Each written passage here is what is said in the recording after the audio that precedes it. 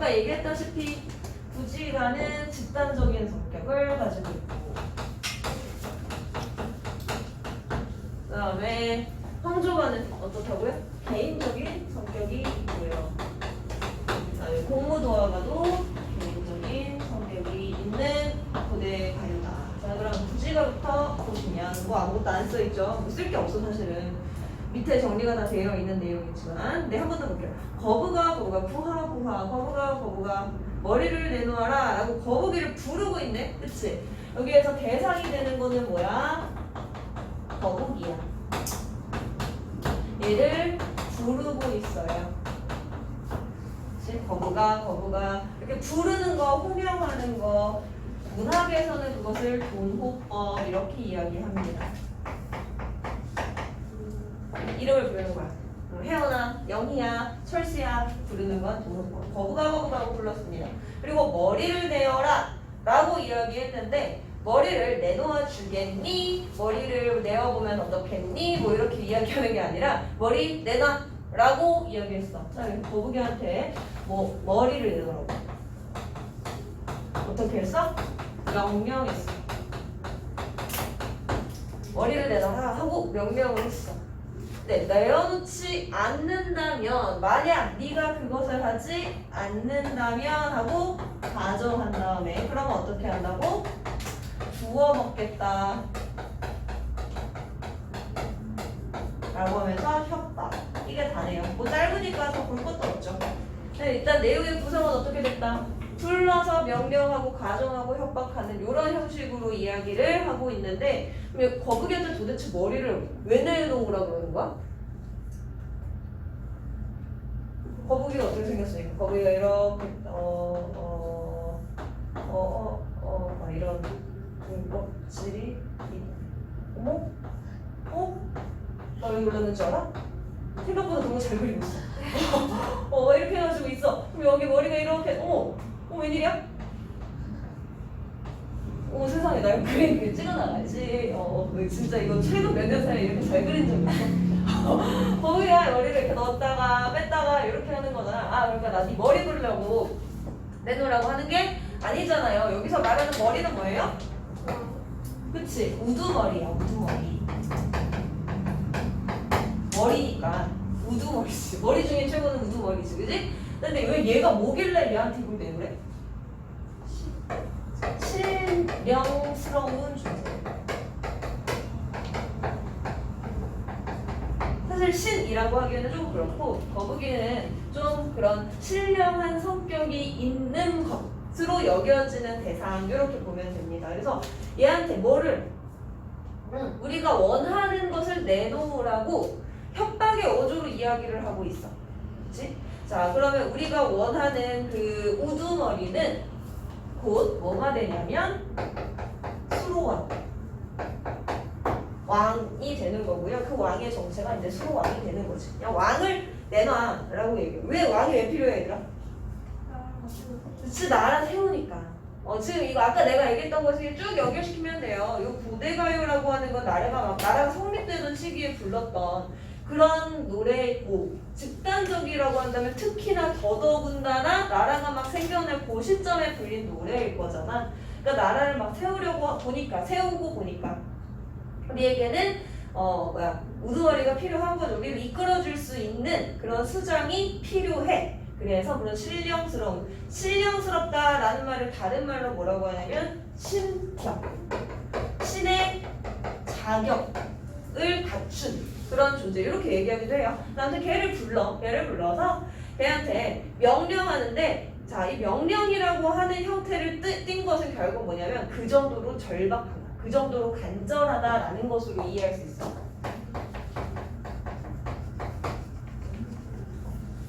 왜냐면 비굴하게 비는 게 아니라 너 이거 해. 안 그러면 죽여버릴 거야. 이런 맥락으로 가야 되니까.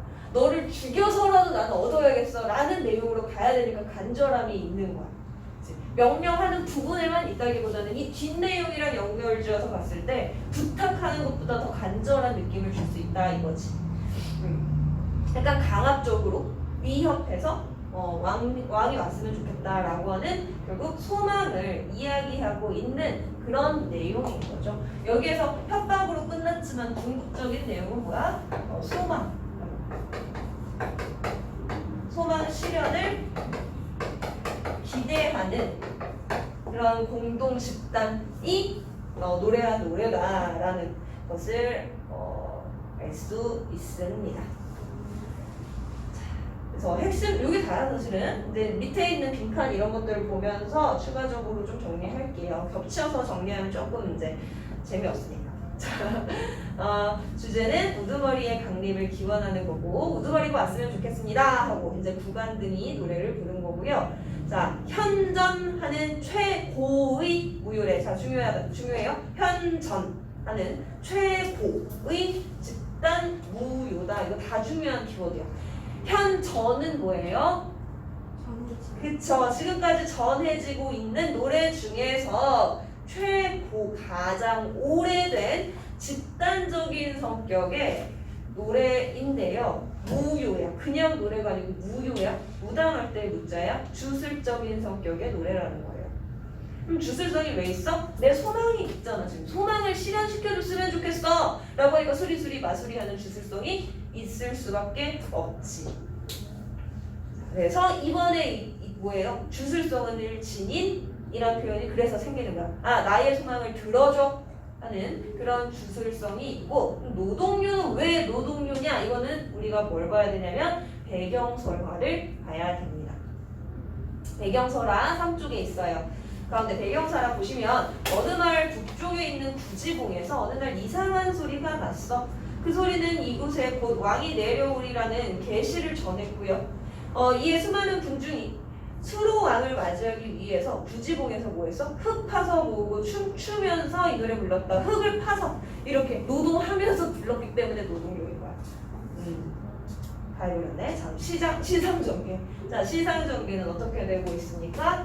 부름, 명령, 가정, 협박의 시상전개가 일단 가장 1차적인 시상전개야. 부름, 명령, 가정이야.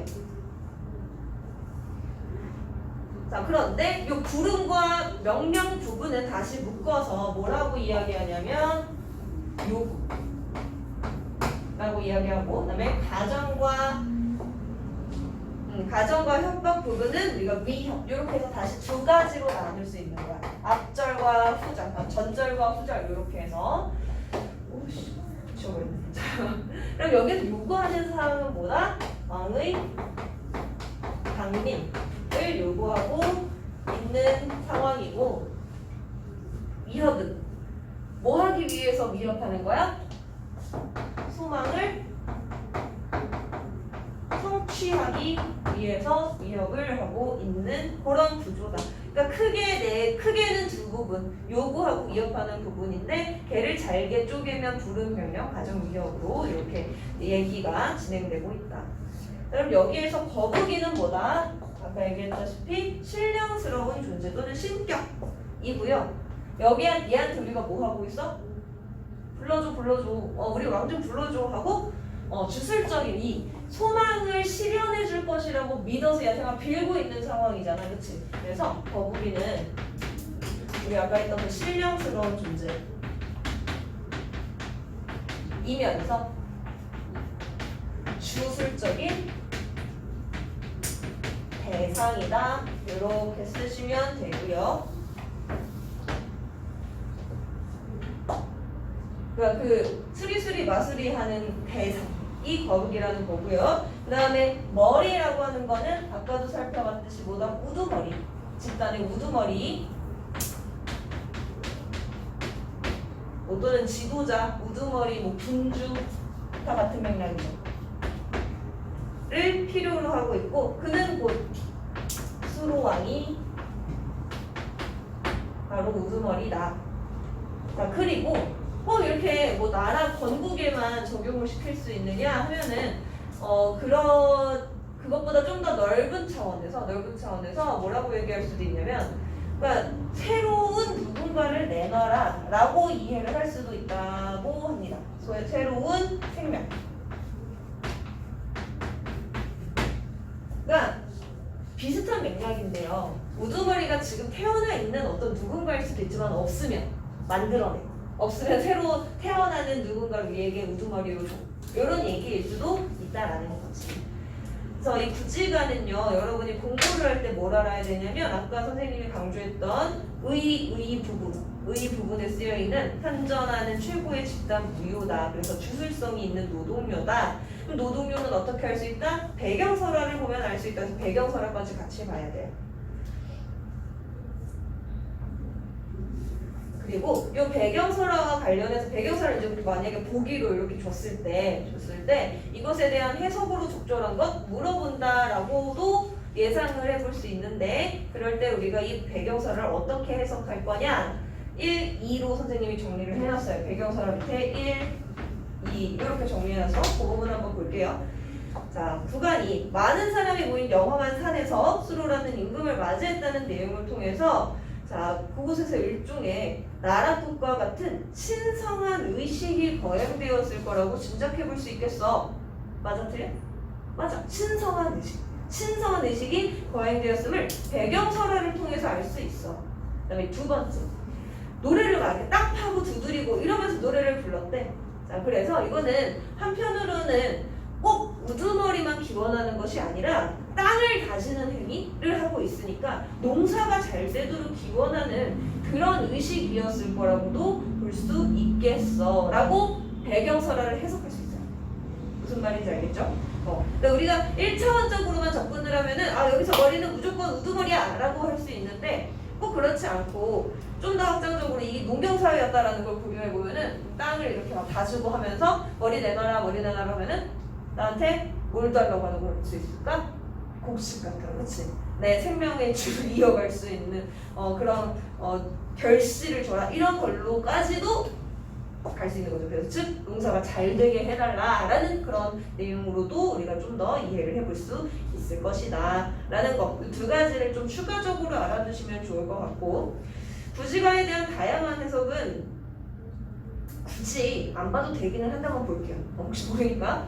자, 일단 거북을 구지봉의 산신이라고 생각해서 그냥 산신한테 가서 우리 앞으로 행복하고 평화롭고 안정되게 살게 해주세요 뭐 이런 제사를 지낼 수 있는데 그때 부른 노래다라고 할 수도 있고, 아니면 이제 희생 동물로 모아서 이 거북이를 바치면서 그 거북이를 미한 노래라고 해야 되나? 그러니까 그런 거 있잖아. 나를 희생시켜. 여배우는 희생시켜서 우리 코로나 종식되기를 기원하자. 그러면 혜원아 너의 죽음으로 우리에게 행복을 줘봐 이렇게 기도할 수도 있잖아. 그치? 그런 느낌으로 해석하기도 한다는 거야. 이 두 번째는 그거야. 이해돼요? 그러니까 희생동물로 봐서 그 이름을 따서 기도하는 내용 그렇게 얘기하기도 하고요.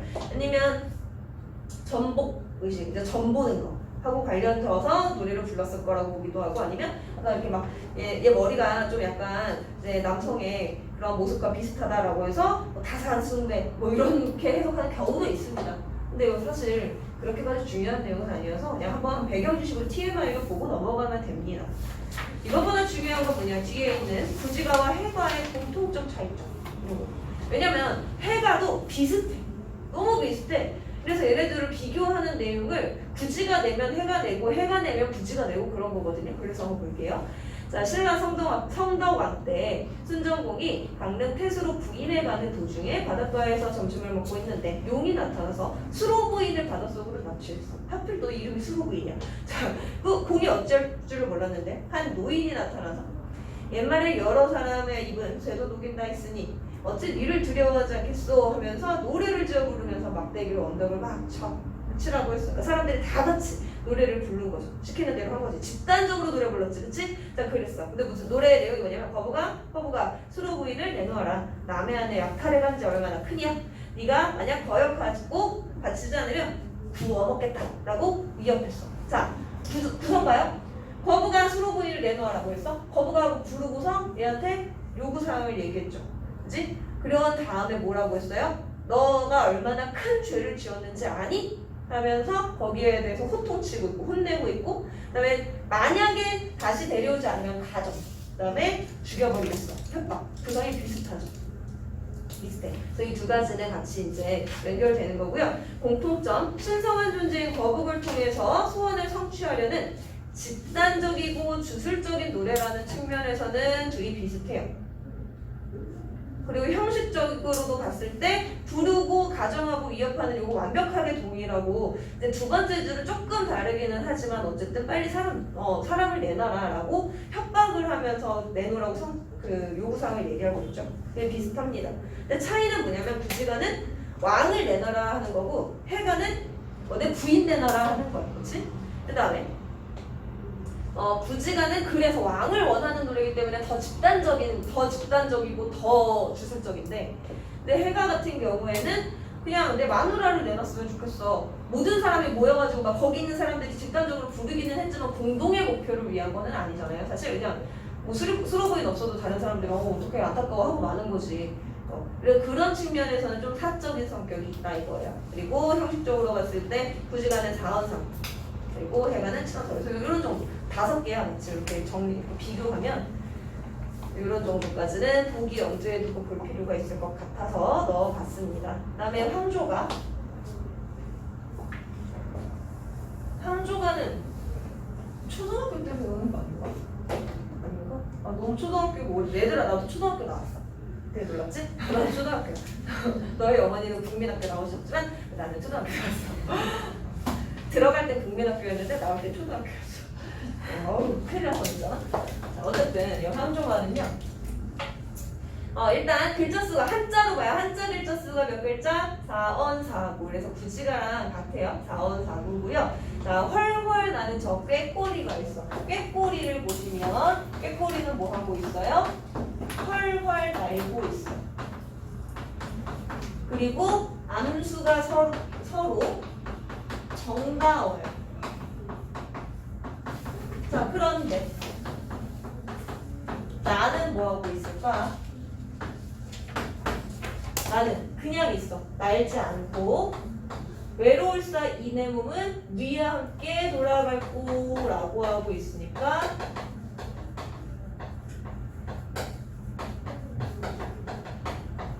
돌아갈 건지 깐지 뭐 돌아가리일지 뭐 상관없고요. 어쨌든 둘이 어때? 서로 반대되는 상황이다 이거지. 그래서 얘가 지금 뭐라고 얘기했냐면 외롭다 이렇게 얘기했어요. 그러니까 얘는 혼자 있지. 외롭고 혼자 있고 둘이 완전히 반대되는 상황이야. 자, 이렇게 나하고 반대되는 상황에 있는 이 아이로 인해서 내가 느끼고 있는 이 외로움의 정서가 심화돼요. 그럼 우리가 이 꾀꼬리를 뭐라고 불러? 정서 자극물의 역할을 하는 객관적 상관물이라고 부릅니다.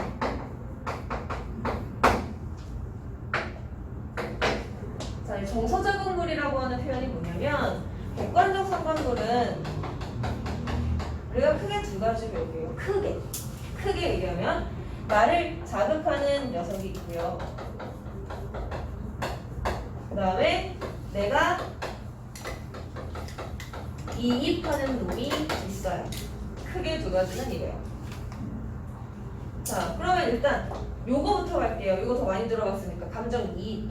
감정을 이입하기 위해서는 이 상관물, 얘는 시적 대상이잖아. 뭐 꾀꼬리든 뭐든지 간에 아무튼 내가 바라보고 있는 그것, 내가 관심을 두고 있는 그것. 근데 걔가 나랑 어떤 상태여야지 감정이 이입이 될까? 그치, 같은 상태여야 돼.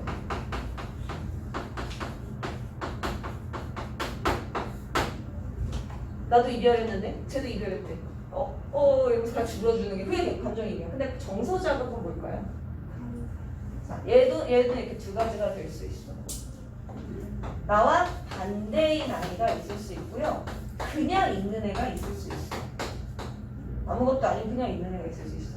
무슨 얘기냐면, 자, 난 왜 이별했는데 저기 왜 바퀴벌레 같은 커플이 앉아가지고 속닥거리고 있다. 그거 보면 어때? 슬퍼. 그게 이거야. 반대인 경우. 나와 정반대인 상황으로 인해서 지금 내가 느끼고 있는 감정이 자극될 수도 있고, 아니면 그냥 거기에 뭐가 있어. 예를 들어서 벤치가 있어. 아, 저 벤치 옛날에 우리가 데이트할 때 같이 앉아 있었던 곳인데 이렇게 될 수 있지. 아니야? 그냥 있는 거야. 벤츠가 나랑 다른 반대 상황이야? 아니죠. 근데 걔가 나랑 그럼 또 같은 상황이야? 아니야. 걔는 그냥 거기 있는 건데 그로 인해서 내가 뭔가 유발된 거잖아. 더 심한 외로움의 정서가 더 심화됐잖아. 그런 경우도 있을 수 있어요. 그래서 크게는 두 가지, 다시 쪼개면 세 가지가 되는 건데 그래서 여기에서 이 꾀꼬리는 나와 어떤 상황이기 때문에 반대 상황이기 때문에 나와 대조되는 상황이기 때문에 그로 인해서 나의 그 슬픔의 정서, 외로움의 정서를 부각시키는 정서자극물 또는 객관적 상담물이 되는 겁니다. 이걸 내가 이렇게 디테일하게 알려주냐면 선생님들이 문제를 낼 때 그냥 객관적 상담물로 물어보지 않고 좀 더 들어갈 수도 있잖아. 그러면 어떻게 찾아야 되나요, 선생님? 일단 내가 어떤 정서인지를 찾으세요. 내가 지금 기쁜가 슬픈가 뭐 그리워하는가 이거부터 일단 찾아. 그런 다음에 거기 밑줄 친 그 시어가 나랑 반대냐 아니면 비슷하냐 아니면 그냥 있는 거냐 그거를 찾고 나면은 공식적으로 여러분들이 이렇게 하시면 되죠. 같은 상태면 무조건 1이고 나머지는 작은 거죠. 이 되겠지. 그렇게 접근을 하시면 문제는 풀어낼 수 있습니다. 됐어. 어쨌든 그래서 황조화 같은 경우에는 그 외로움의 심정을 이제 효과적으로 표현하는 작품이다. 이렇게 해서 보통 우리가 많이 공부를 하죠. 자, 여기에다가 추가. 자, 이제 우리 정서 중심으로 본 거고, 자, 이 훨훨 날아간다라고 하는 거. 날아가는 모습이네. 그러니까 음성 상징어.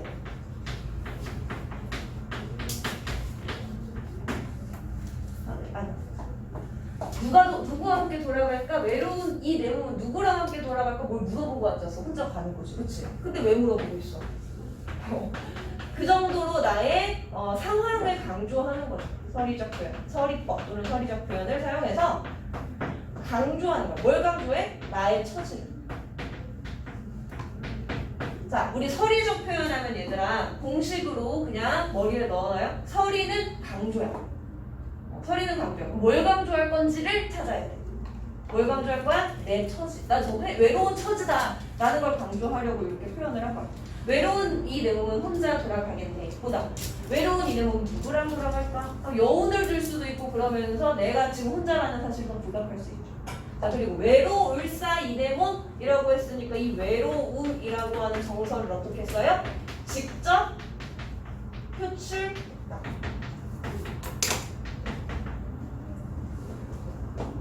그러면 우리 부지가하고 비교해보자 이거야. 부지가의 정서 나와요? 안 나와. 너 죽여버릴 거야 하는 위협이 나오는데 그건 정서가 아니잖아. 얘는 정서가 다 이렇게 나오는데 잘 안 나와. 그래서 쟤는 집단적이고 얘는 개인적이야. 그래서 쟤는 주술적이고 얘는 서정적이야. 그 차이?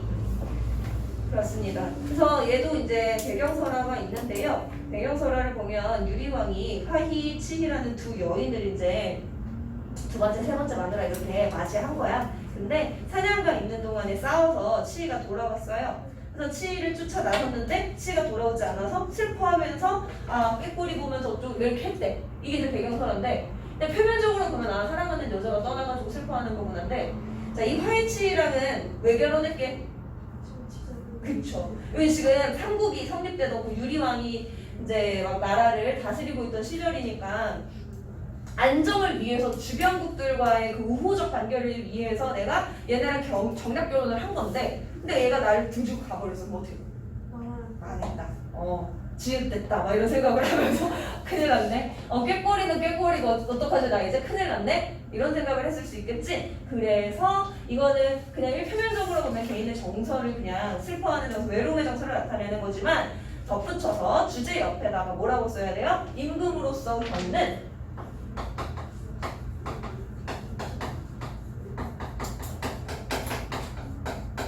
정치적 어려움을 이야기하는 노래다. 이렇게도 이야기할 수 있는 거지. 주제에다가 추가를 해주세요.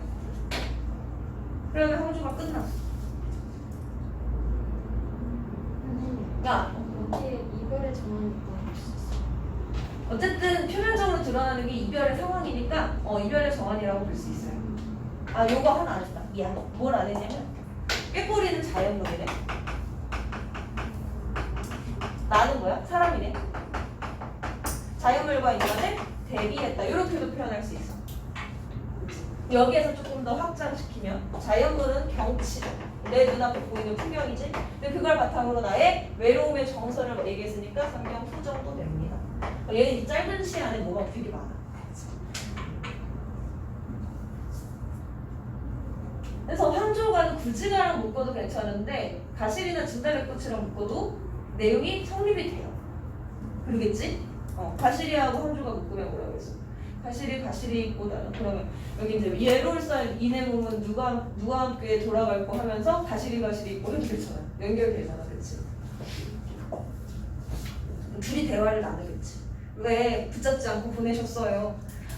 붙잡으면 있을 것도 같은데 그러면 서울에서 다시 돌아오지 않을까봐 보내줄 수밖에 없었답니다. 아, 그러셨군요. 저도 돌아오는 길에 자연물을 보며 슬픔의 정서가 심화됐답니다. 뭐 이런 거. 너무 공식이어서 나는 줄줄줄줄 나오죠? 그렇게 생각하면 돼요. 자, 그러면 뒤로 넘어가 봐. 그다음에 황조가랑 부지가 비교한 표가 있어요. 황조가랑 부지가를 한번 비교를 해볼게요.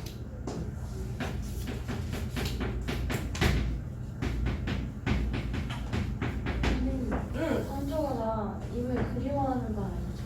그치, 여기서는 그리워하는 건 아니에요. 그냥 자기가 처해 있는 상황에 대한 안타까움만 있어요. 그럼 그 얘기를 할 수 있지. 전 가시리 하자가 저는 정말 너무 그리워서 미쳐버릴 것 같아요. 그러면 황조가가 황정의 유령이 저도요 하면 끝난 거야. 틀린 거야. 그치? 이렇게 가요. 이렇게 생각하면 돼요. 자, 부지가랑 황조가 둘을 비교해 볼게요. 이걸 왜 만들어 불렀을까요? 의도가 부지가는 왕의 출현 때문에 왕의 출현을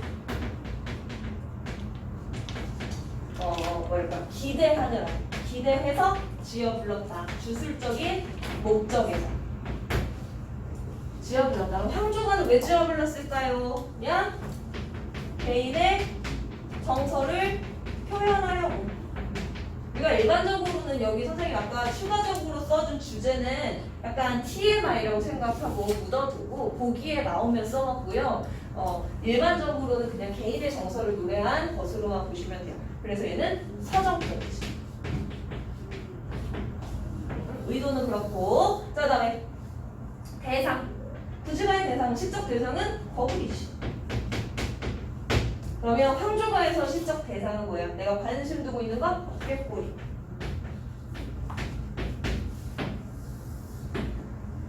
네.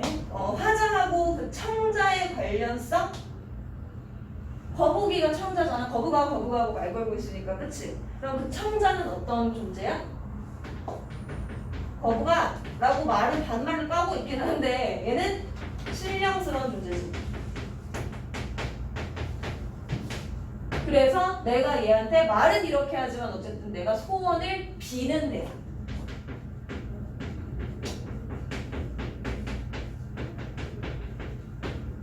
여기에서 황조가에서는 청자가 사실은 없어요. 그치? 내 꾀꼬리야. 너 그렇게 정다운데 난 누구랑 갈까? 이렇게 얘기한다고 쳐봅시다. 그러면 그때 그 청자는 꾀꼬리라고 했을 때 어때? 나와 화자와 대비되는 모습을 가진 존재. 이렇게 보시면 되겠죠? 화자와 청자의 관계는 자, 부지가에서는 내가 소원 비는 대상이지만 황조가에서는 나랑 반대되는 상황에 있는 것. 가창의 형식, 노래 어떻게 불렀을까요? 다 같이 모여서 집단적으로. 황조가 혼자서, 그래서 개인적으로. 마지막으로 태도 어때? 거북아, 왕 좀 내놔봐. 안 내면 죽여버린다 라고 직설적으로 얘기하고 있어. 감추는 게 없어, 그치? 근데 얘는 황조가는 어때? 외로울사라는 정서를 직접 표출하는 부분이 있기는 하지만 전반적으로 어때요? 아, 쟤네는 참 정다운데 점점점. 난 누구랑 갈까? 점점점. 이거잖아, 그치? 오의자. 그러니까 빗대어서 돌려서 표현하는 거. 오의자.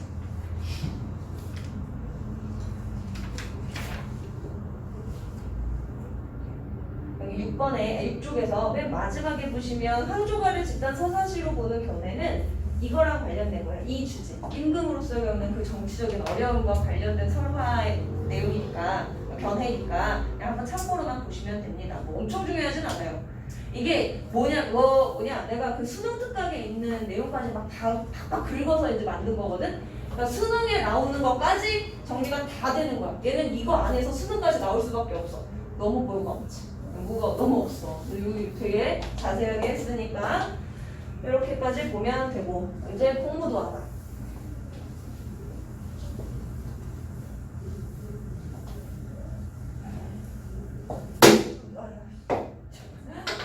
공부도 하다. 지금 여기 뭐 밑에 내가 그치. 그래. 잔인하게도 내가 밑에 뭐 달려있는 거 하나도 없이 그냥 줬죠? 봅시다. 일단 얘도 4언 4구의 한혁씨가인 것을 확인할 수 있고, 자, 여기에서 임은 누구야? 남편이죠. 남편에게 말을 하고 있습니다. 임아! 하고 불렀네. 못 버리겠네. 임아! 하고 불렀으니까. 그치? 임아! 뭐라고 얘기해요? 그 물을 건너지 마오! 이렇게 얘기했어. 뭐 했어? 명령형이네, 이거.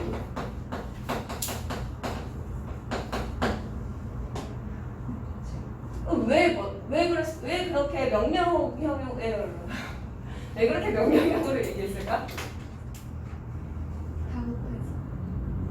그럴 수 있어. 뭐가 답답해?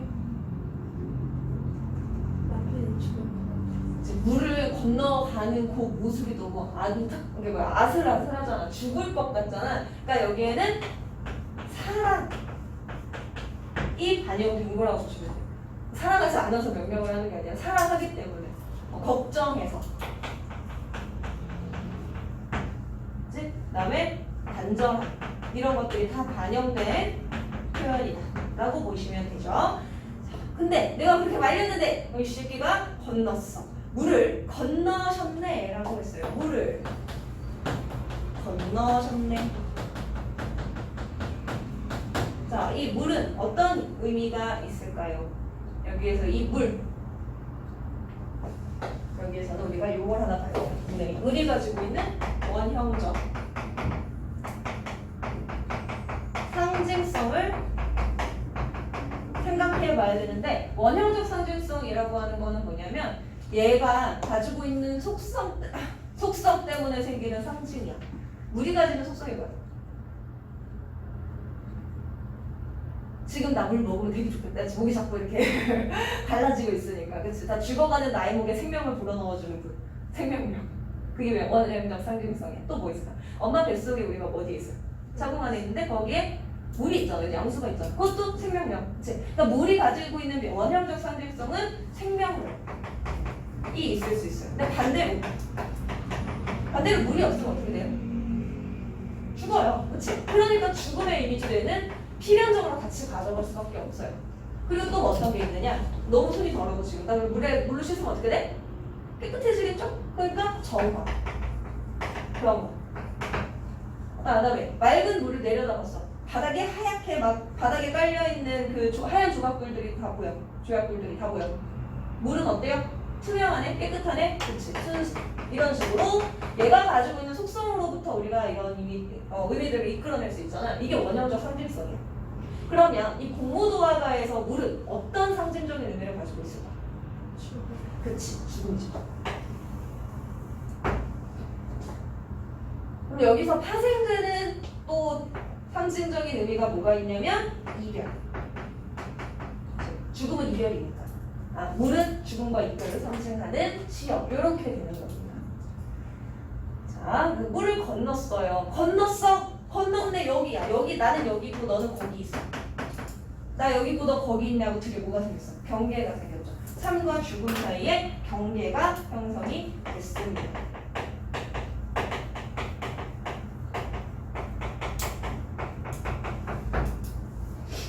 나 여기 있고 그냥 건너버렸어. 그렇지?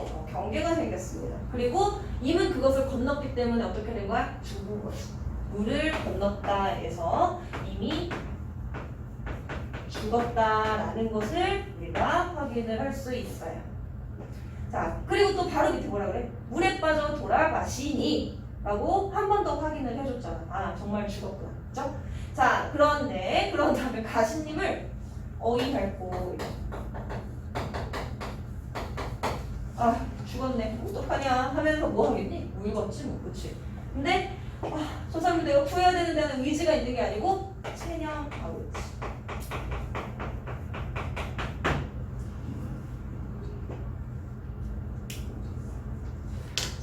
얘는 뭐가 없어요. 이미 죽었어. 내가 말렸는데도 불구하고 죽었어. 그래서 그걸로 인한 슬픔, 한이 드러나는 작품입니다. 그래서 굉장히 개인적인 내용일 수밖에 없겠죠. 자, 핵심 정리를 보면 성격은 서정적이고 애상적이고 체념적이고, 그럼 주제는 입의 죽음으로 인한 슬픔이고, 특징은 어때요? 시적 화제의 절박한 심정을 표현을 했고, 그 다음에 물이 가지고 있는 그 어정적 상징성을 바탕으로 해서 시상을 전개하고 있고, 그럼 다 정리가 된 거야, 그렇지? 자, 밑에 보시면 배경설화가 있죠, 얘도. 그러니까 고대가요는 다 배경설화가 딸려다닌다라는 거 한 번 더 확인을 해보고, 그다음에 시적 화자의 정서는 그럼 어떻게 변화했느냐? 앞에서는 굉장히 걱정하는 정서였다가 나중에는 절망하고 체념하는 정서로 바뀌었다. 극복하려는 의지 1도 없다. 그치? 1도 없어. 자, 그다음에 물의 의미 변화. 여기 별표 하나 해주세요. 물의 의미 변화. 자, 1부에서는 내가 요거 거의 건너지 마요 라고 말릴 때만 해도 나는 이 사람을 어떻게 하고 있었어? 사랑하고 있었잖아. 그러니까 나의 사랑의 정서가 반영된 공간이었는데 2부에서는 어떻게 됐어? 건너가 버렸네? 삶과 죽음을 건너 뛰어버렸네. 얘가 이별하고 오죠. 그런 다음에 3부에서는 완벽하게 죽음의 공간으로 변모한다라는 거야. 의미가 이렇게 바뀌고 있어. 그래서 조금 이제 짜증나게 내려면 1, 2, 3, 9의 물을 다 다르게 이렇게 A, B, C 이런 식으로 해놓고, 그치? 그거 의미 파악해라 할 수도 있고, 아니면 뭐 A하고 같은 기능을 하는 시어를 찾으세요. 그러면 뭐 사랑을 상징하는 시어를 찾아. 이렇게 갈 수도 있겠지. 얘도 그 정도? 네, 뭐 되는지. 자, 그러면 봐봐. 얘한테서 부지가 비교할 수 있는 포인트가 있을까요?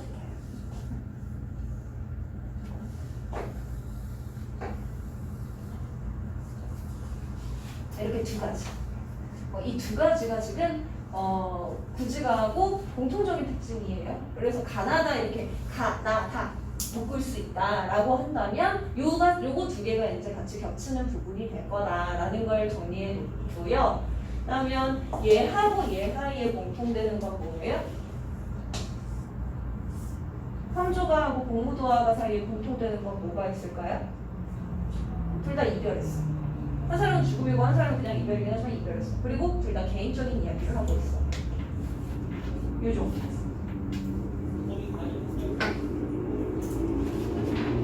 자, 여기 뒤에 있는 문제는 나중에 풀어보도록 하고, 제 망매가를 해볼까요? 운동을 못하나?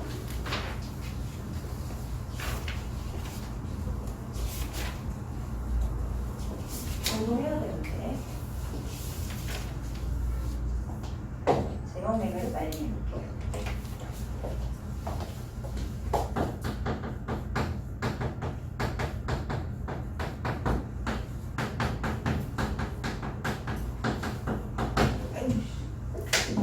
나 오늘 흰분필 10개째 부러뜨리고 있어. 세상에. 자, 한가인 이 월명사의 제망매가는 제목이 일단 뭐예요? 제사 지내는 노예. 누구를? 망매를. 죽은 누이를 제사 지내는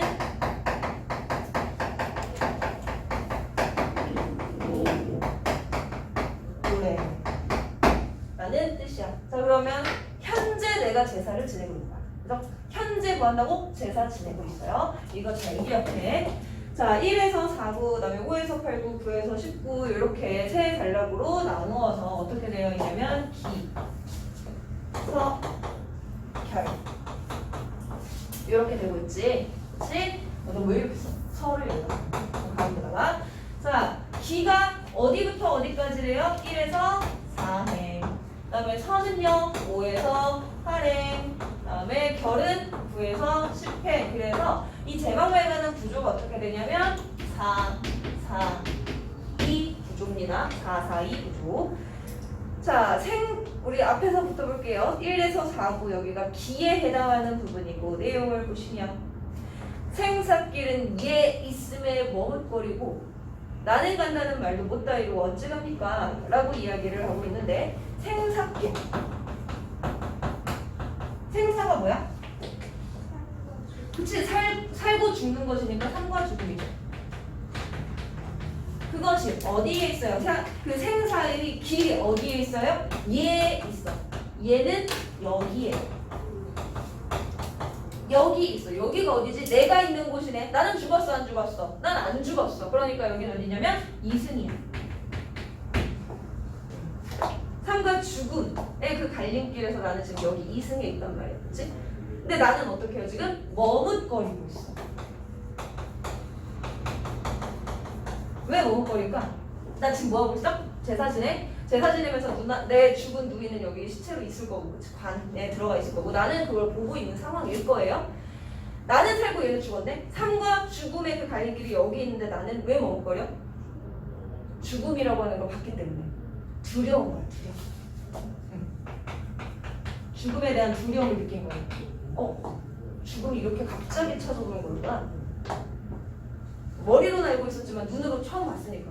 자, 그러면서 나는 간다. 나는 말도 못 따이르고 라고 했을 때 이 나는 뭐죠?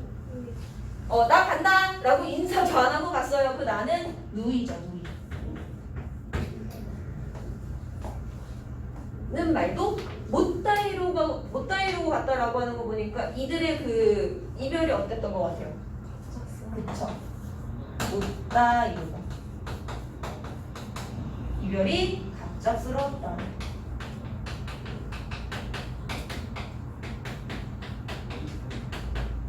자, 이게 뭐라고? 제사 지내는 지금의 상황을 이야기하는 부분. 즉, 이 기 부분은 현재 시점에서 이야기를 하고 있습니다. 그런데 이 여기라는 공간은 이승이라고 했잖아. 그치? 얘를 조금 더 확장시켜 볼게요. 나 지금 여기에서 뭐 하고 있니? 제사 지내고 있어. 즉 누이를 영영 나에게서 떠나보내는 일을 하고 있어. 그치? 그걸 우리가 두 글자로 뭐라고 해? 이별. 그래서 이 이승은 어떤 공간이야? 이별의 공간이야. 그쵸? 이별의 공간. 맞아요? 자, 그럼 난 이 이별의 공간에서 지금 뭐 하고 있어? 제사 지내고 있잖아. 그치? 현재의 공간이기도 합니다. 이별의 공간이고 현재의 공간이다. 이렇게 좀 추가를 해서 적어 놓을게요. 자, 그러면 이 다음 부분은 어떻게 내용이 이어지느냐? 어느 가을 이른 바람에 어느 가을이었지. 그때는 어느 가을이었어. 그런데 그때 바람이 휙 불었더니 잎사귀들이 호도도도 떨어지더라고. 요즘 같은 때 바람이 불었더니 잎사귀들이 호도도도 떨어지더라고. 그랬던 것처럼 한 가지에 맞는데도 가는 곳을 모르는구나 라고 생각했어요. 그러면 여기에서 이 가을에 부는 이른 바람은 뭘 의미하는 걸까? 이른 바람에 지금 여기는 그냥 떨어질 잎처럼 얘가 원인이 되어서 이른 바람이 원인이 되어서 잎이 떨어지는 게 결과가 된 건데 뭘 표현하고 싶었던 거야? 갑작스런 어떤 요절이라고 하는 사건이 생긴 거죠. 누이가 갑자기 죽는 그런 사건이 생겨서 어떻게 됐어요? 누이가 죽은 거지. 갑작스런 병환이나 이런 것을 맞이하게 됐고 그것으로 인해 누이가 죽게 된 거죠. 그걸 어떻게 표현했어? 이렇게 된 거니까 비유죠. 이른 바람은 요절, 떨어질 잎은 누이를 빗대어서 표현하는 겁니다. 지어서 비유를 사용하고 있습니다. 그런 거죠. 그런 떨어지는 잎처럼 자 떨어진대. 심지어 얘들아 떨어진대. 위에서 아래로 떨어지는 거 어떤 이미지? 하각적 이미지. 자, 하각적 이미지는요 필연적으로 부정적인 어감이나 부정적인 분위기를 가지고 올 수밖에 없어. 떨어지는 것 중에 좋은 게 뭐가 있어? 뉴턴의 사과? 만류인력의 법칙을 알려줬으니까 그거 말고 없죠. 하각적인 이미지로 좋은 게 없어. 얘는 죽음을 상징한다 이렇게 얘기도 할 수 있어요. 떨어진다라는 표현에서. 자, 그럼 떨어지는 잎처럼 한 가지에 낫대요. 뭐가? 우리가. 그러면 여기서 이 한 가지가 의미하는 건 뭘까요? 부모님을 얘기합니다. 같은 부.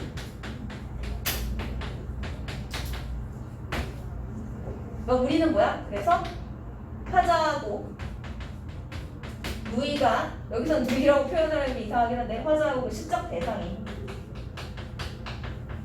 어떤 관계다? 형제자매. 요거를 다른 말로는 동기간 이렇게 표현해요. 한 가지에 낫다라는 거는 부모가 같다라는 뜻인데, 그렇다는 건 우리는 형제자매 또는 동기간이라는 걸 의미하는 겁니다. 그런데 같은 가지에 낫지만 가는 곳을 모르는구나.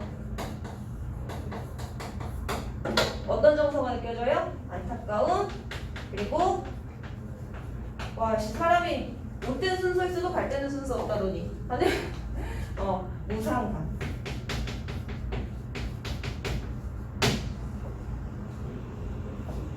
그러면 얘들아, 제사는 지금 지내는 거잖아. 이건 언제 일어난 사건이야?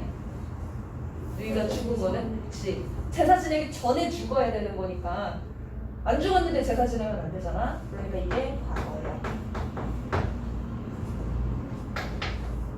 자, 이제 마지막 결. 사건부가 비유예요. 이것도 비유예요, 비유. 네. 여기 이렇게 표시했지. 그래서 결로 갈게요. 굉장히 중요하지. 19체험가에서 얘가 제일 중요해. 이거 뭐야? 감탄사. 그치? 감탄사를 쓰면 어떤 효과가 있다고 했죠? 실성이 전환 또는 집약입니다.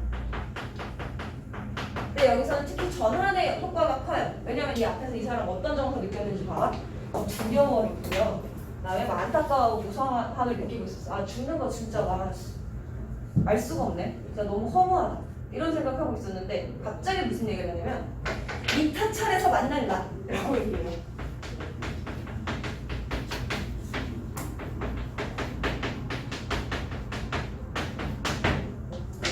일단 나야. 내가 만날 거야. 근데 만날 거라는 확신이 있어 없어? 확신이 있어. 만날지도 모를, 이게 아니고 우리 만날 거야. 너랑 난 나중에 결혼할 거야. 이런 거 확신이잖아. 그치? 믿음과 확신이죠. 그걸 보여주고 있어. 근데 어디에서 만나요? 미타차에서 만났는데. 자, 미타차는 뭐라고요? 극락. 그치? 저승세계. 극락, 저승. 그러니까 무슨 세계? 죽음의 공간. 언제 죽어요, 우리가 그러면? 지금 당장 죽을 수도 있겠지만 죽지 않죠. 왜? 지금 나는 약간 두려우니까. 그치? 그래서 어떻게? 미래에 죽어요. 아까 요거랑 비슷한 게 뭐가 있었는데, 뭐예요? 얘라고 하는 거하고, 이 미타차이라고 하는 애가 둘이 어떻게 돼? 대조돼. 쟤는 이승인데 얘는 저승이야. 그 다음에 얘는 미래인데 얘는 현재야. 그리고 쟤는 이별이지만 나는 미타차에서 만난다고 했으니까 만남과 재회의 공간이기도 해요. 미타차에서는 우리가 만날 거니까. 그래서 이렇게 대조돼요. 미타차이랑 얘가 서로 대조되는 공간이에요. 그래서 만날 거니까 어떻게 해? 도닥 가서 기다리겠다 해요.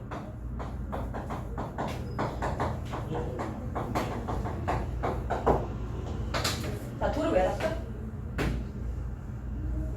내가 만나려면 거기를 가야 돼. 미타차를 꼭 가야 되거든? 그치? 미타차를 가야만 만날 수 있어.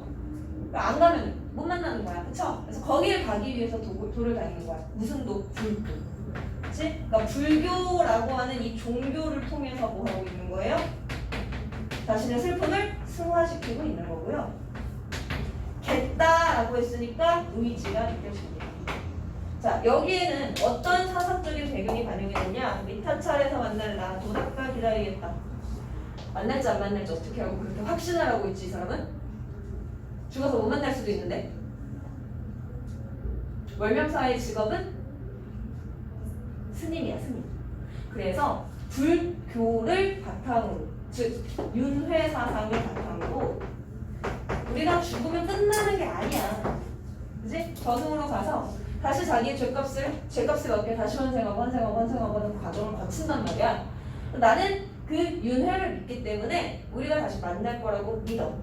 그러니까 누이는 착하게 살아나오지. 누이에게 벌 받는 사람으로 내가 다시 태어나기 위해서 도를 닦겠다 이거죠. 그래서 이제 자신이 경험하고 있는 그 슬픔을 종교적으로 승화시키면서 마지막에 의지를 드러내고 있는 작품이다. 이렇게 정리가 됩니다. 완전히 엄청나게 멋있는 작품이죠. 완전히 엄청 멋있어요. 그래서 이 작품이 19체험가를 대표하는 이유를 여러분들이 짐작을 해볼 수 있을 것 같고, 갈래, 핵심 정리에 있는 갈래 한번 봅시다. 갈래 19체 향가다. 19체 향가. 자, 그러면 성격은 어떤 성격이 있느냐? 죽은 사람을 제사 지내면서 부르는 거니까 추모적이지. 죽음을 기리는 성격이 있고, 그다음에 그 안에 개인적인 정서가 드러나요, 안 드러나요? 드러나요. 슬픔의 정서가 드러나요. 애상적이에요. 애상적인 게 뭐야? 슬픈 거야.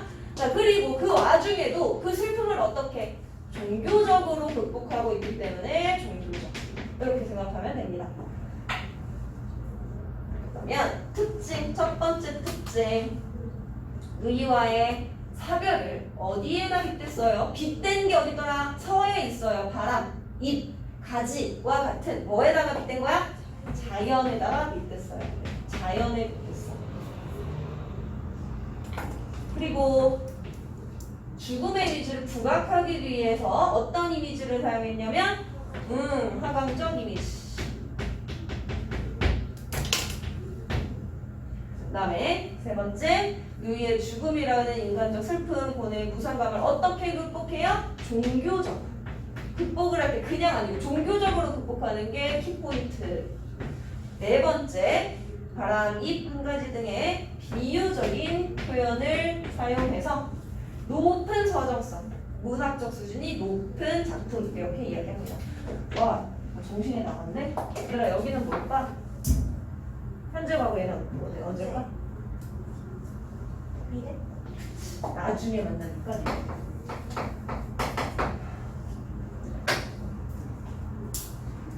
그러면 11쪽에 있는 구성은 그거 쓰면 돼요. 현재 과거 미래. 그거고요. 자, 불교의 윤회사상을 바탕으로 하고 있다. 이거고요. 표현상 특징 다 읽어보시면 되고, 비유적 표현, 누이의 요절을 가리키는 거 이런 거야. 죽은 누이, 떨어지는 잎, 한 핏줄, 한 가지. 아까 정리한 거기 때문에 그냥 눈으로만 봐도 돼. 안 써도 상관은 없어요. 근데 효과는 보자. 효과, 한 가지에서 난 잎들이 떨어지는 모습으로 누이의 죽음을 형상화했어요. 그래서 그 슬픔과 안타까움을 눈으로 보듯이 표현한 거야. 떨어지는 잎처럼 표현했으니까 시각적으로, 감각적으로 형상화했다. 이렇게 얘기할 수 있습니다. 감각적 형상화, 감각적으로 표현. 그 다음에 화자의 정서와 태도는 생사길은 얘 있으면 머뭇거린다? 머뭇거려? 왜? 두려워서. 두려워. 그 다음에 못다 이루고 어찌 갑니까? 안타까워. 한 가지에 나고서도 가는 곳을 모르는군요? 무상감. 그러나 거기서 주저앉지 않고 기다리겠습니다. 라는 의지를 보여주고 있죠. 그래서 이것도 중요해. 자, 기 부분에서는 두려워했어. 그리고 여기 못다 이루고 어찌 갑니까? 여기 안타까움도 써주면 좋겠다. 자, 못다 이루고 어찌 갑니까? 왜가 어떻게 그렇게 갈 수가 있어? 하는 안타까움. 이런 거 있어. 죽음에 대해서 두려워도 하고 안타까움도 있고. 여기도 어때요? 가는 것 모르는구나. 안타깝고 무상감을 느끼고. 그랬는데 나중에는 어떻게 됐어? 의식을 보이고 있다 하는 거. 이게 이제 뭐야? 전환이라는 거죠. 전. 그다음에 이 작품 구조와 죽음을 바라보는 인식 변화 이런 거 얘들아 그냥 읽어보시면 되고요. 상황, 누이의 죽음, 인식 변화는 어떻게 나타나? 아를 기준으로 해서 양옆으로. 끝. 사실은 본문에서 이미 우리가 완벽하게 정리를 했기 때문에 여기 빈칸 안 해도 큰 상관은 없어요. 네, 그렇게 읽어보시면 되고 넘어가. 내가 어떻게든 오늘 동종을 끝내고 싶기 때문에 끝낼 수 있을지 모르겠었는데 40분 넘겠네. 그러면 자, 핵심적인 거 중심으로 봅시다.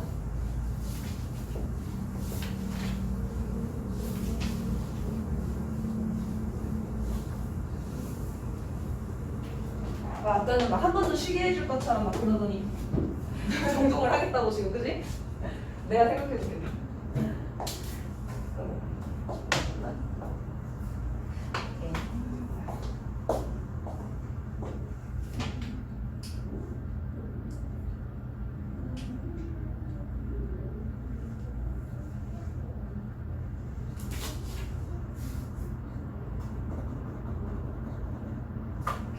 자, 운동.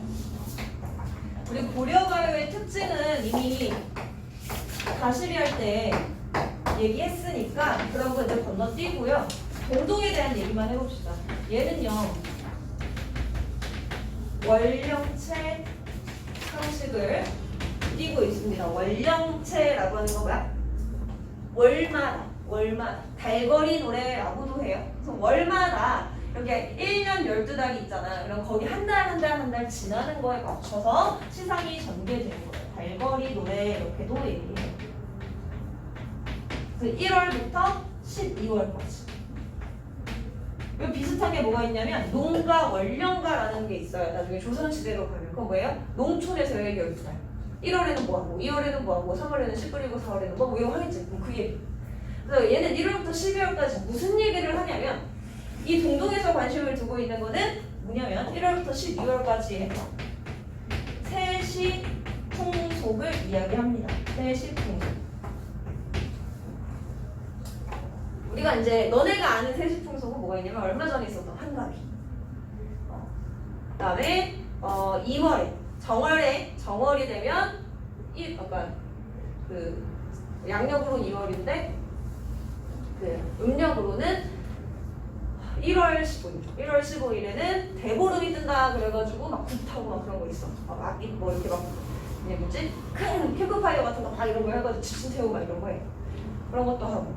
그다음에 뭐 동짓날 되면 뭐 먹어요? 팥죽 뭐 이런 거 다 세시풍속이거든요. 근데 그런 것들을 바탕으로 해서 이야기를 전개하는데 이제 되게 신기한 거는 세시풍속을 즐기는 우리의 마음이 아니라 그것과 전혀 상관없이 갑자기 사랑하는 사람 얘기를 해.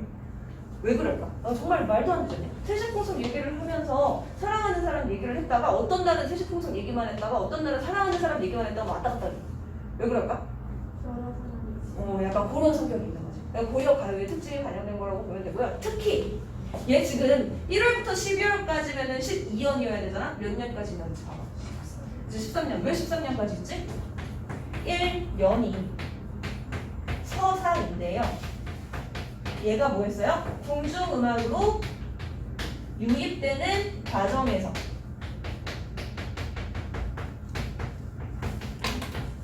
추가된 부분입니다. 추가되거나 삭제될 수 있는 게 있잖아. 얘가 추가된 거야. 봐봐. 덕을한 곰배에 받잡고 보그란 린배에 받잡고 덕이여 복이라 하라 나자라 오소이다 이렇게 했어요. 덕은 신령님께 또는 뭐 뒤에, 복은 임께 또는 앞에 이것을 바칩니다. 이 덕과 복이라고 하는 것을 바치러 갑니다. 오십시오 이렇게 얘기했어요. 1년에서 무슨 얘기예요? 덕과 복은 누군가에게 바치는 내용이야. 바치면 누구한테 바치겠어? 님께 바칠 텐데 이 님은 누구겠어요? 임금님. 임금님한테 덕과 복을 왜 바쳐? 임금님 잘 되라고. 그치? 임금님에 대한 송축의 의도가 있는 거예요. 송축. 임금님 하시는 일 모두 잘 되시고 행복하시고 건강하시고 축복만 가득하시길 바랍니다 하는 거야. 그러니까 말이 되냐고 지금 요 내용이 왜 들어가냐고. 1년 12달 세시풍속 얘기할 건데 이게 왜 들어가냐고.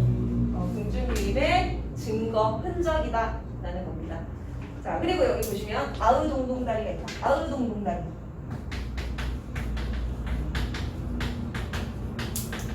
얘는 뭐야? 후렴이죠. 후렴. 고려가요의 특징 중에 하나. 아으동동다리 후렴입니다.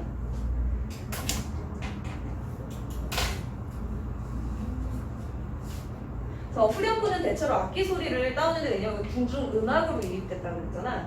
그러다 보니까 이제 원래 이 후렴구가 있는 노래들도 있지만 얘 같은 경우에는 동동하는 북소리가 이렇게 의성어적인 성격을 갖는 북소리가 추가가 된 거다. 그렇게 보면 되겠고요. 그래서 일단 얘는 이제 그래서 뺄 거야. 얘 빼고 우리 2연부터 볼 거야. 2연부터 볼 건데 자 우리가 2연부터 13년까지죠. 1월부터 12월까지 얘네들을 크게 두 부분으로 나눌 생각이에요. 크게 두 부분으로 나눌 건데 일단은 한번 내용을 보면서 나눠보도록 합시다. 자, 정월 날인물은 이제 1월이야. 그치? 정월은 1월이잖아. 얘는 날인물이 있어요. 흐르는 물이지. 그 흐르는 물이 아우 어저녹죠 하는데 얼었다가 놀았다가 얼었다가 녹았다가 한단 말이야. 그치? 그런데 누리 가운데 나고 누리는 세상이잖아. 세상의 한 가운데에 태어나서는 몸한 홀로 지내는구나 라고 해서 얘는 얼고 녹고 하는데 얘는 안 얼고 안 녹아. 그러니까 얘는 동적인데 얘는 정적이야. 그럼 이 몸은 누구게? 화자 자신이야. 저 날인물과 내가 지금 뭐가 됐어? 대조됐네. 깨꼬리 생각하면 돼. 무슨 깨꼬리? 황조가의 깨꼬리. 나는 이렇게 혼자 계속 있어. 그치? 얘가 심지어 홀로 있다라고 했잖아. 그치? 홀로. 하올로라고 했는데 홀로잖아. 홀로. 난 혼자 있는데 이 정적인 부동의 상태가 계속 있는 반면 얘는 어때? 막 변화해. 그치? 동적이라고 하는 거는 또 다른 표현으로는 변화를 하는데 나는 변화가 없어. 그래서 서로 어떻게 되고 있어요? 대비대조 되고 있는 거야. 나는 1년 365일 이렇게 혼자 있어. 근데 쟤는 막 변하네. 와, 부럽다. 뭐 이런 거겠지. 그치? 그러니까 그 대조되는 날인물의 모습을 통해서 뭐 얘기하고 있냐면 나의 외로운 처지. 나의 외로운 처지. 날인물은 냇물이고요. 그래서 얘는 뭐가 되겠니? 우리 날인물을 뭐라고 부를 거야? 이름을 뭐라고 붙일까? 객관적 상관물. 그 중에서도 나의 정서를 어떻게 했으니까? 자극했으니까 정서 자극물. 이렇게 정리할 수 있겠죠? 그 다음에 2월로 갑니다. 2월 보름에는요. 2월 보름에는 뭘 하냐면 연등회라고 하는 거예요. 2월에는 연등회를 해서 뭐 하냐면 등을 달아놓는 거야. 등불을 막 달아놔. 그래서 등불 달아놓은 모습이 있어요. 높이현 등불 같구나 라고 했는데 높이현 등불. 높게 매달아서 켜놓은 환한 등불 같구나 라고 해서 뭐가 높이 켠 등불 같을까? 좀 궁금하죠? 자, 만인을 비추실 즈이셨다. 이것과 즈이 같대.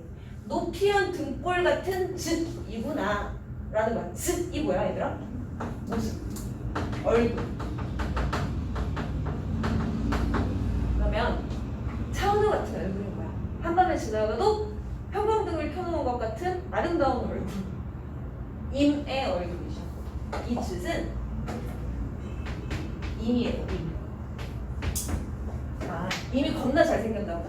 근데 이거는 잘생겼다라는 것보다는 이미 그만큼 어떤 거예요? 인품이 뛰어난 거야. 어두운 밤을 밝힐 수 있을 정도의 모습을 한 사람.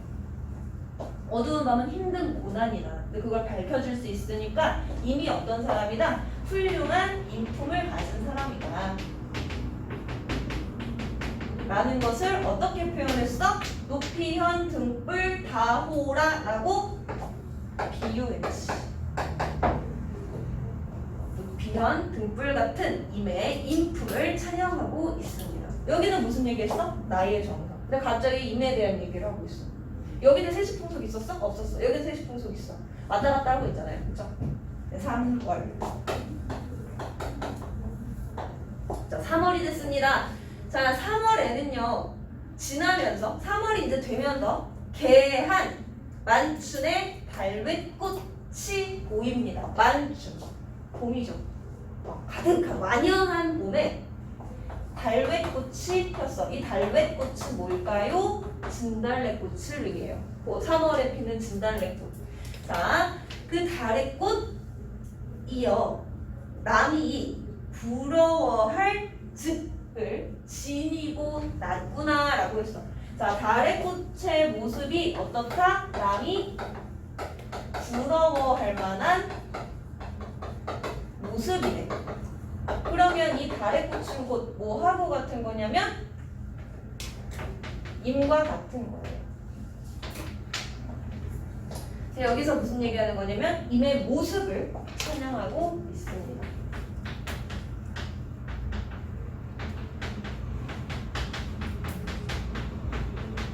그러니까 위에서는 뭐였어? 아, 우리 임 성격 겁나 좋아. 그 다음에는 심지어 잘생겼어 이거. 그런 얘기를 하고 있어. 임을 찬양했네. 찬양. 자, 이제 4월에는 무슨 얘기 하나 볼까요? 4월로 가볼까? 자, 4월을 아니 잊고 아으 오실셔 꾀꼬리세요 해서 4월 됐더니 뭐가 왔대? 꾀꼬리가 왔어요. 굿꼬리세요. 그렇지, 굿꼬리세요. 얘가 뭐 했다고? 봄이 되니까 왔어. 그치?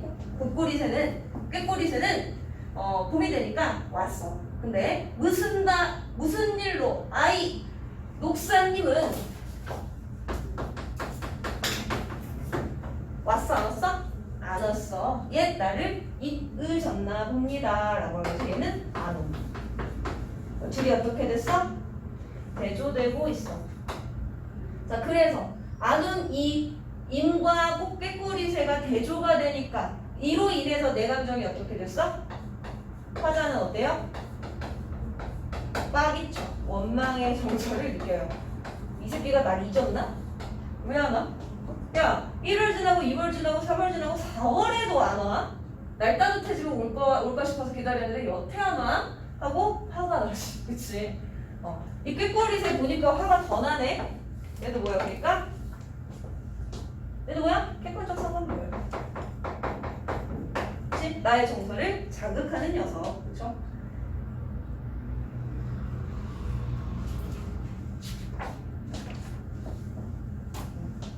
정서자. 옆에 정서를 또 써줘.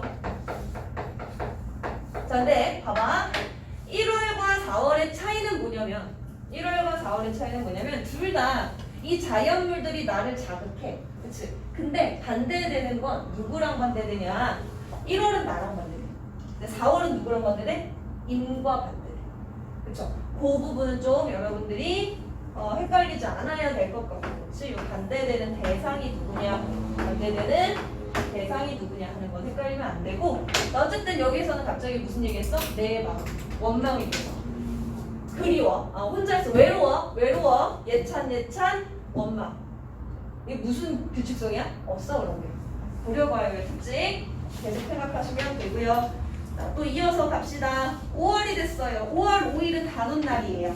5월 5일 단오날에는 그 수린날 아침에 먹는 약이 있어. 약을 먹어야 되는데 그 약을 왜 먹냐면 천년 즈은 해를 오랫도록 존재한다라는 거니까 오랫동안 살 수 있는 그런 장수하는 약이기 때문에 받쳐요. 누구한테 받쳐? 그치, 임한테 받쳐요. 그래서 지금 5월은 단오예요. 단오. 5월 단오 수린날 라고 했는데 그때는 뭘 먹어? 아침에 약을 먹는단 말이야. 이 약을 누구한테 주겠다? 임에게 내가 주겠대. 왜? 이 약을 먹으면은 장수하고 건강하게 무병장수할 수 있거든. 그러면 이 약은 뭘 나타내 주는 거냐면 화자의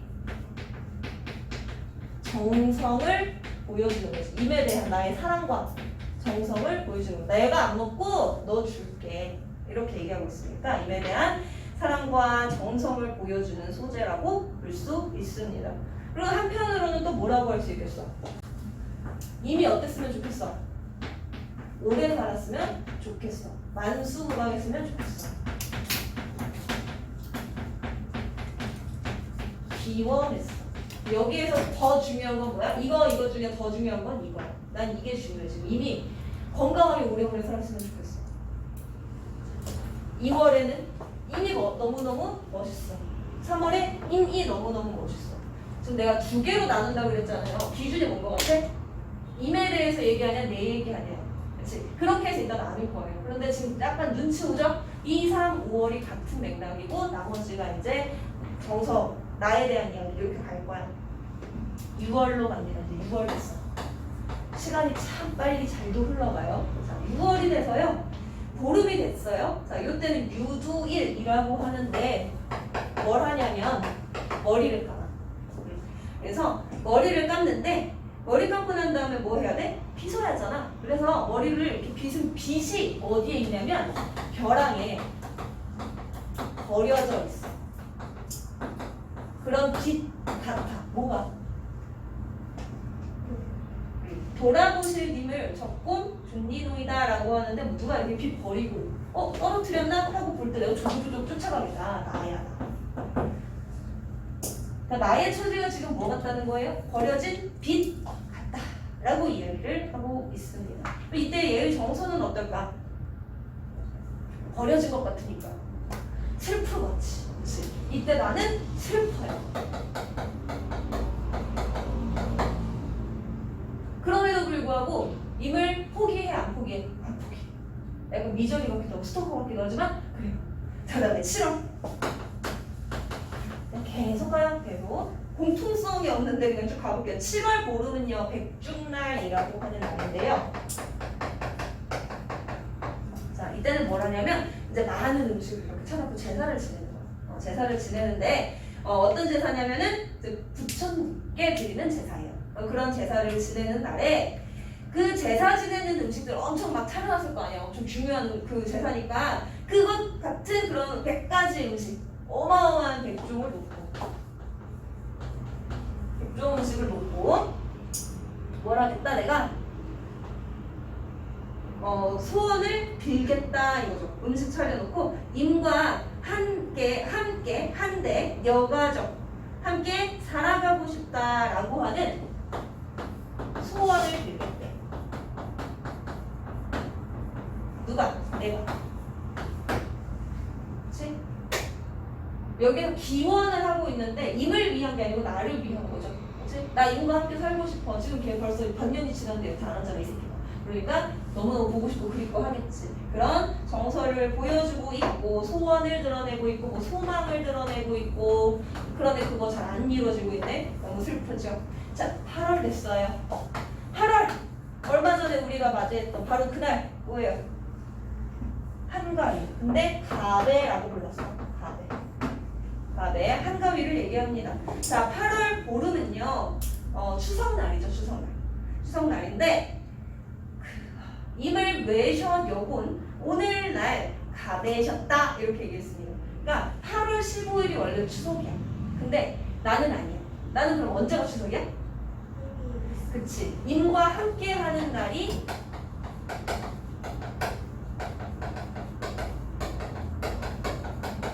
추석이야. 이렇게 얘기하고 있어. 야, 여기 지금 가배 어떤 풍속이 나온 것도 아니고 그 다음에 뭐 어떤 비유적인 표현이 있는 것도 아니고 자연물과 대조되고 또 아무것도 없어. 그냥 끝났어. 그럼 여기에서 뭐야? 그냥 그림의 정서만 나타나고 있습니다. 9월이에요. 9월쯤 되면은 음력으로 9월이 되면 이제 우리 양력은 한 10월쯤 된 거잖아. 그래서 선선해진단 말이야. 자, 그러면 그 9월 9일에는 어떤 날이냐면 중량절이라고 하는 날이에요. 자, 파란색 우스은 다 세시풍속 관련된 것들입니다. 자, 이 중량절에는 뭐 하냐? 여기 써있네요. 국화전을 만들어 먹고 놀아요.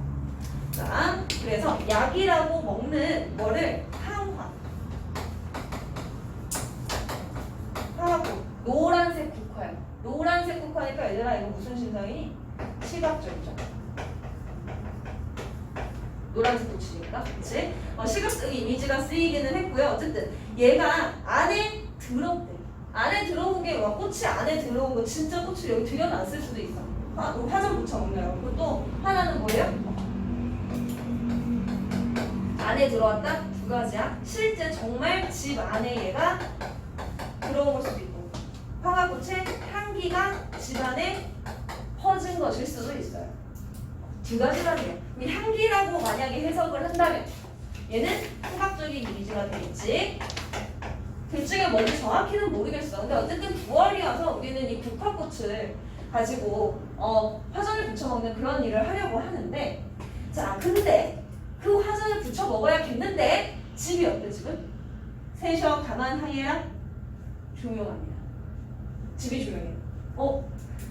꽃을 내가 꺾어서 화전 붙여서 누구랑 먹어? 혼자 먹어.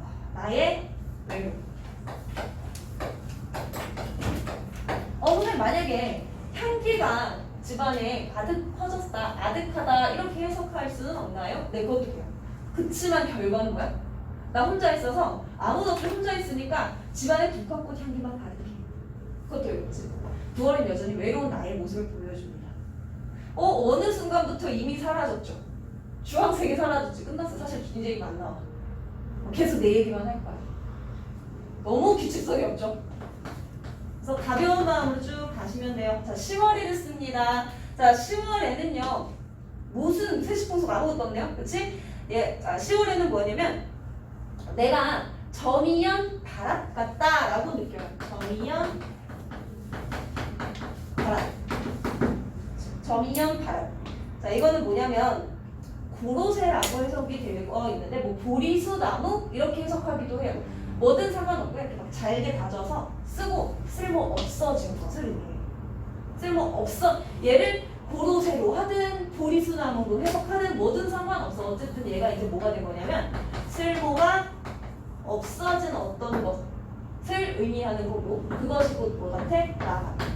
나 지금 어떤 존재인 것 같아? 쓸모없는 존재 같아. 왜? 이미 나를 안 찾잖아. 그렇죠? 그래서 여기에서 뭐가 느껴져? 아까 우리가 여기에서 느꼈던 비슷한 슬픔, 버림받은 것 같은 슬픔. 6월이랑 10월이 비슷한 감정을 느낀다. 슬픔. 쓸쓸한 슬픔 이런 정도를 느끼죠. 자, 이제 11월이 됐어. 드디어 이제 끝나가요. 자, 11월에는요. 봉당자리, 이제 11월이면 얘들아 음력으로 11월인 거고 실제로는 겨울, 이제 한겨울이잖아. 그럼 한겨울에 그 봉당 자리에 안방과 건넌방 사이에 흙바닥에 한삼을 덮고 누워요. 한삼은 여름에 입는 옷입니다. 지금으로 저희 린넨 같은 거 있잖아요. 그런 걸 덮고 누워. 왜? 미친놈인가? 왜? 너무 슬퍼가지고 그 슬픔을 살키느라고. 그러니까 내가 집에 이불이 있어. 근데 이 이불 누구랑 덮을 거야? 이미 오면 덮으려고 해서 손이불을 누벼놨단 말이야. 근데 이 새끼가 안 오잖아. 근데 이 이불 따뜻한 이불 혼자 원하고 눈치면 이거 베고 누우면 뭐해? 그치? 그래서 나는 그냥 한삼 덮고 누워있는 거예요. 그치? 그렇게 보시면 돼요. 그래서 고운님을 떨어져서 살아가는 독수 공방의 외로움을 표현하고 있습니다. 한삼 덮고 혼자 누워있는 거야, 집안에. 얘 9월에도 혼자 있어. 계속 혼자 있네요, 집안에. 그치? 자, 근데 여기에서 한삼이라고 하는 시어는 지금 안 그래도 추운 계절인데, 그치? 안 그래도 추운 계절인데 얘가 그거를 덮고 누웠다 해서 막 추위를 부각하려고 썼다. 그게 아니고. 열심히 쓰고 있으니? 그거 아니야. 그거 아니고 뭐냐면 여성임을 알려준 거야. 여성. 화자가 여성이라는 걸 알려줘. 이제야 밝혀졌네. 여성임. 아니야. 사실은 내가 좀 뒤로 넘겼어. 뒤에 오면 할 게 없어가지고. 요 앞에서 화자가 여성임을 알 수 있는 소재가 딱 하나 더 있어요. 뭘까요?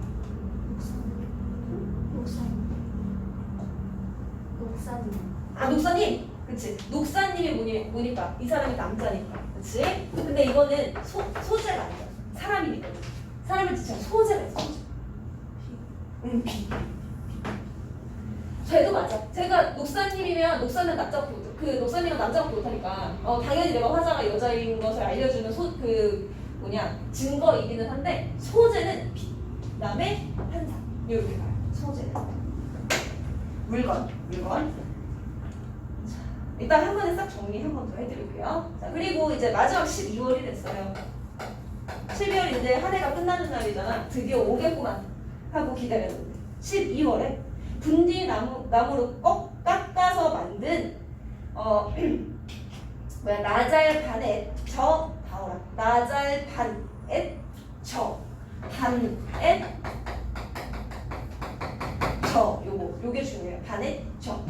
얘가 의미하는 게 뭐냐? 소반 위에 있는 젓가락이야. 젓가락 같구나. 뭐가? 내가. 이번에 또 젓가락이라고 그랬어요. 왜 젓가락이라고 표현을 했느냐?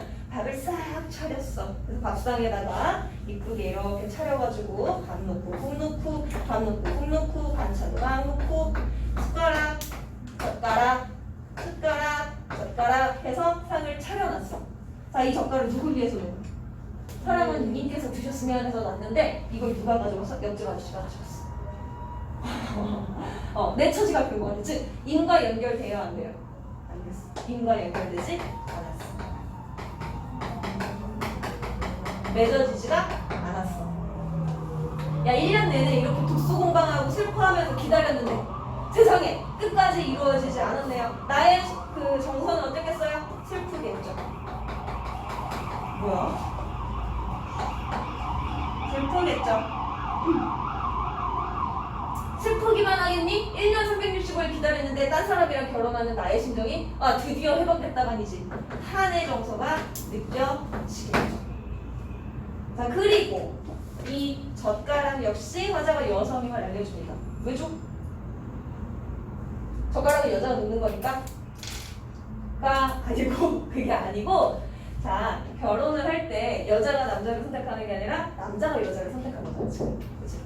다른 사람이, 다른 손님이 집어갔어, 젓가락을. 다른 손님이 나를 선택했어. 그러니까 여자라는 거야. 그래서 하나, 둘, 세 개가 있고, 그 다음에 이미 남자라는 것을 알려주는 게 독사입니다. 이렇게 됐어요. 그러면 전체적으로 놓고보면 중구난방이다, 이 얘기했다, 저 얘기했다, 난리부르스다. 그치? 그래서 이걸 좀 정리를 해볼 필요가 있겠죠. 그럼 정리는 어떻게 할 거냐? 여러분 교재에서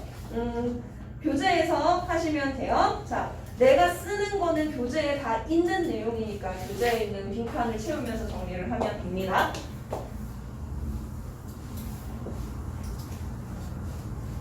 오, 동동 다 했어. 감동스럽다. 와.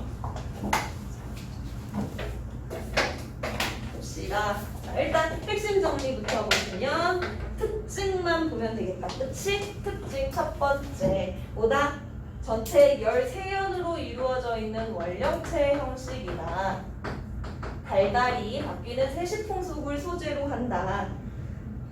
그리고 두 번째, 자연물, 꽃게뿌리나 그다음에 냇물 이런 자연물에다가 비교대조해서 처지를 드러내고 정서를 드러냈다. 그다음에 후렴구를 사용해서 음악적인 흥취가 생긴다라고 했어요. 아우동동다리 내가 계속 안 읽었는데 계속 붙어있기는 했죠. 그치? 자, 그다음에 분연체나 후렴구를 사용한 것에서 고려가요가 가지고 있는 전형적인 특성이 아주 잘 드러나고 있다. 자, 그리고 5번 1년과 나머지 연이 어때? 서로 좀 다르지? 달라요. 이질적이야. 왜 그렇다 그랬어요? 1년은 뭐였기 때문에 궁중음악으로 유입되는 과정에서 얘가 들어왔기 때문에. 그치? 자, 그리고 전체적인 분위기가 통일되어 있지 않은 이유는 뭐예요? 얘가 구전되었기 때문에. 그치? 한 사람이 지어 부른 게 아니기 때문에. 자, 이렇게 정리를 일단 해놓고 자, 시상전개가 이질적인 이유. 이 이질적인 이유 밑에 정리해놨어. 한번 읽어보세요. 자, 1년과 2년에서 13년이 다른 이유는 뭐다? 이게 개인적으로 딱 집약적으로 창작한 게 아니고 나중에 첨가된 것이다 라는 거. 이 두 가지 포인트 보고. 자, 그 다음에 후렴구가 있다라고 했는데 후렴구는 어떤 역할을 하나요? 전체적으로 내용이 통일되지 않았음에도 하나의 작품을 읽히게 만드는 통일성을 줘요. 아이고, 통일성은 밑에 써있네. 통일성. 어떤 통일성이야? 구조적 통일성. 구조적 통일성. 그럼 여기에서 얘들아 밑에는 음악적 흥취는 그냥 써있죠. 그치? 여기다가 하나 덧붙여봐. 그 너네 그 후렴구의 역할을 하나 덧붙여봐. 뭘 덧붙이냐면 여음, 아음. 얘를 한번 써볼게. 여음, 아음. 뭔 얘기냐면 앞에 볼래? 앞에 우리 1년부터 우리 다시 한번 볼게요. 자, 더그란 곰배에 맞잡고 보그란 빈배에 맞잡고 어쩌고 저쩌고 아우둥둥다리. 자, 여기 1년에 아우는 어디에 있어요? 후렴에 바뀌었지. 그럼 2년 가봐. 정월 날인물은 아으 어저녹조 하는 데. 3년 가봐요. 2월 보름에 아으 높이 연등대. 3월로 가. 3월 넘역에 한 아우 맞춘다 이렇게. 계속 그런 식이지. 어떻게 돼요? 아우가 지금 위치가 고정되어 있어요. 어디가? 2년부터 13년의 경우에는 이 행의 첫머리에 얘가 반복적으로 나오게 되어 있어. 그럼 이걸 통해서 얻을 수 있는 효과는 일단 뭐가 있겠어요? 당연히 음악적 흥취, 음악성이 높아질 수 있겠지. 자, 그리고 또 어떤 효과가 있냐? 1년은 이겼잖아. 그치?